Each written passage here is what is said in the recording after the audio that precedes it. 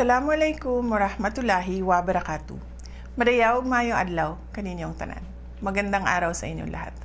Ngayong buwan ng Mayo, kaisa ang Office of the Vice President sa paggunita ng Land Transportation Safety Month.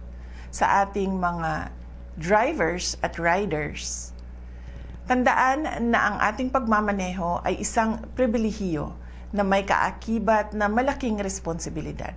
Hindi lang buhay ninyo ang nakataya, kundi ang buhay ng bawat pamilyang naghihintay sa inyong pag-uwi. Disiplina ang susi sa ating kaligtasan. Bago pumarada o bumiyahe, ugaliin ang blow bagets.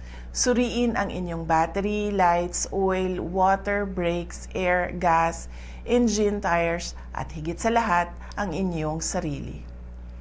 I commend the Land Transportation Office and our volunteer motorcycle rider groups for leading seminars on defensive driving and road safety campaigns. Ang inyong pakikilahok sa mga road safety seminars at vehicle inspections ay patunay ng inyong pagmamahal sa kapwa. To our riders, never forget your helmets.